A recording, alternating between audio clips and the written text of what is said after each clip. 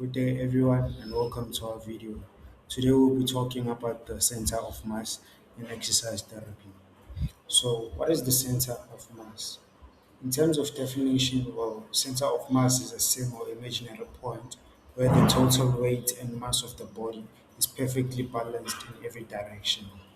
It acts as the exact spot where external forces like gravity pull on the body. It is not fixed in one spot. Every time you move your arm or leg, your center of mass shifts to a new position. So, while therapists often use these terms interchangeably, like there's a technical difference between center of mass and center of gravity. So, center of mass focuses on how your body's physical mass is distributed, regardless of gravity. And then, center of gravity is the exact point where the downward force of weight is concentrated.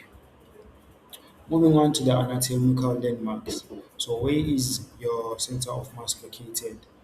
When standing straight in a standard upright anatomical position, the whole body's center of mass is located just in front of the second sacral vertebrae, which is your S2 in the pelvis. When it comes to gender, the center of mass is slightly higher at about 56% of total body weight due to wider shoulders and muscle mass. And when it comes to the female, it is slightly lower at about 54% of body weight, of body height, due to wider pelvic structure and lower center of mass distribution. In children, well, children have relatively larger heads and shorter legs, and this gives them a higher center of mass compared to adults, which makes them naturally more top heavy and less stable. Moving on to the science of stability. So, to understand balance, you must understand how your center of mass interacts with your feet. So, line of gravity is an imaginary plumb line dropped straight from your center of mass towards the floor. And then your base of support is the entire area on the ground, bounded by the outer edges of your feet.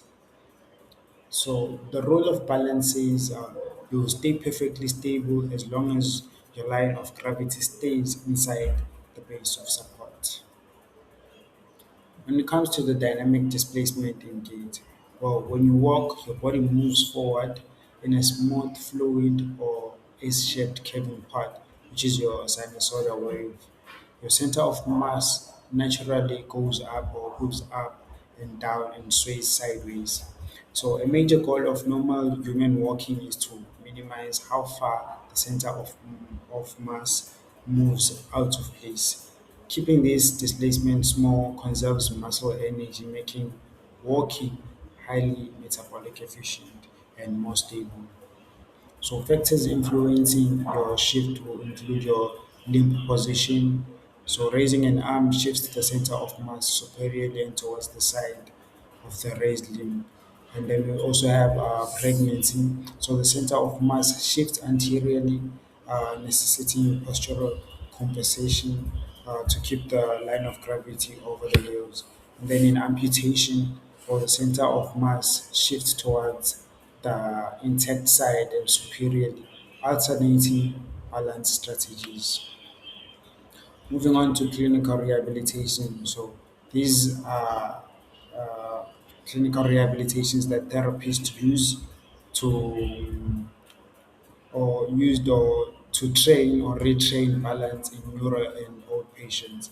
So you've got your line of stability, you've got your limit of stability, sorry about that.